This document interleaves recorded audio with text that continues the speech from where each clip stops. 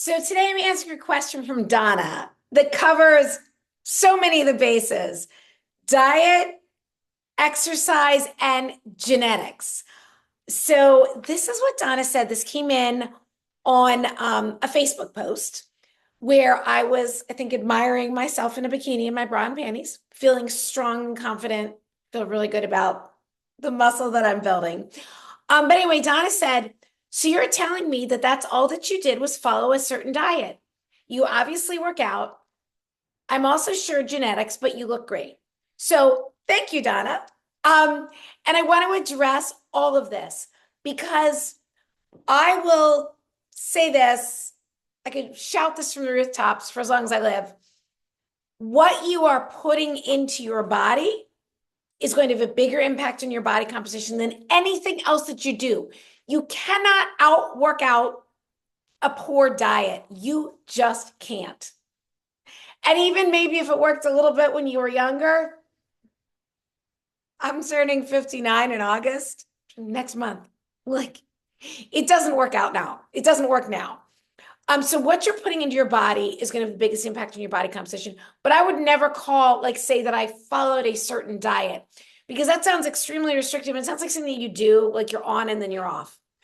The reason that what I preach and what I share and what I've been talking about for the last almost 10 years works is because it's not a diet, it is a lifestyle.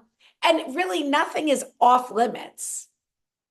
It's just a matter of what you focus on, what you make your priorities.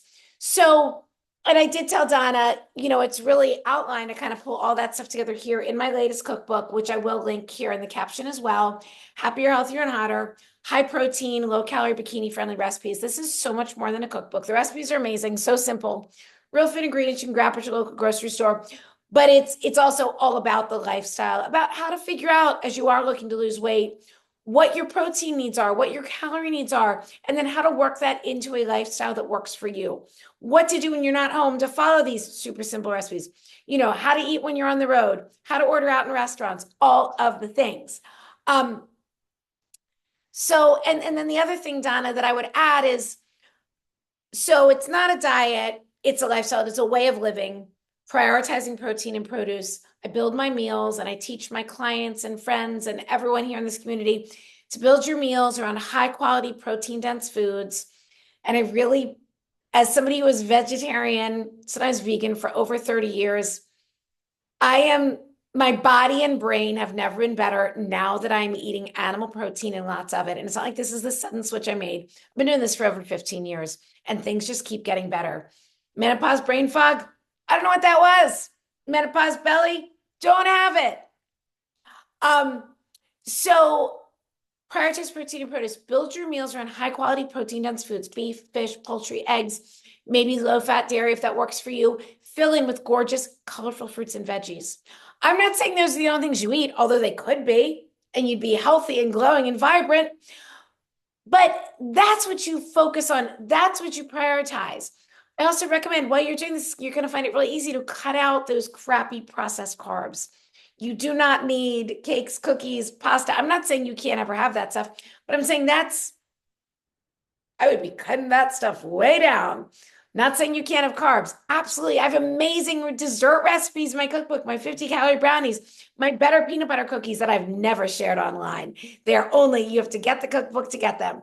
8 grams of protein, 75 calories each, made with real food ingredients you can grab at your local grocery store. Like, they are that good. So you can have carbs, but you just don't want to get rid of those crappy processed carbs. When you eat dough, you look like dough, unless it's my cookie dough that doesn't have all that crap in it. So that is going to have the biggest difference. And then that it becomes a lifestyle. So like, I've been doing this for years. It's just, I don't work out. We're going to get to the workouts, but all of this stuff is compounding. So then Donna said, you obviously work out. Yes, I do. But again, the workouts would not be working as well as they do if I didn't eat the way I do.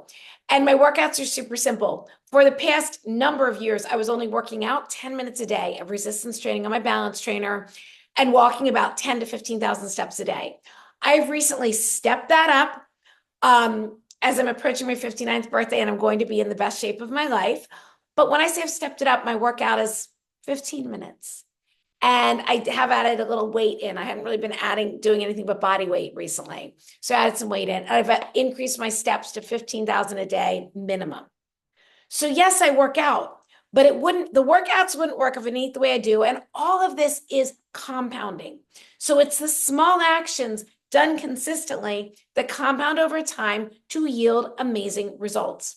So now let's talk about genetics. Yes, genetics absolutely have an impact on our appearance. I have brown eyes. That's genetic. I'm very small boned. That's genetic. I'm also 5'1", which is genetic. Which means that any extra weight is really going to show up on me. So at various times in my life, and people say, oh yeah, you're naturally thin, or you've always been skinny. First of all, please don't call me skinny. I'm not skinny. I'm lean and muscular. But at various times in my life, I've weighed a good 20 pounds more than I do now. And I gained 53 pounds on my first pregnancy, close to that with my second. And here I am 5 years post-menopause in the best shape of my life. That is not genetic. That is action. That's what I'm doing. I could have these genetics. I sure as hell wouldn't look like this if I weren't doing the work. And by the work, I mean simply showing up for myself. I don't consider this work. It's who I am. It's what I do. And I love, love, love it. And I love sharing it. And now I want to dive into one more secret sauce that pulls all this together. And that is the mindset. That is the self-worth. That is the knowing that you deserve to feel amazing. That's knowing that you can decide that your life's going to keep getting better, and it will once you make that decision and you realize that you get to decide what your life looks like. You get to decide the actions you take every day. You decide what you put into your mouth. You make these decisions.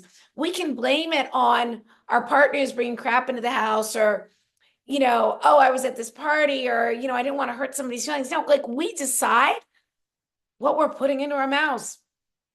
And we don't have to eat it. And we can simply say, no, thank you, or just not say anything at all, and just not take things, not eat things just because we're there. They're there. I don't care the donuts in the break room. Is somebody shoving them down your throat? No. We decide this stuff. So you get to decide. So anyway, I'm fired up. I'm excited. Today is July 1st. 2025 has been amazing so far. Thank you, more please. I can't wait to see what's next. So thanks for being here. Have the most amazing day, and I will see you again soon.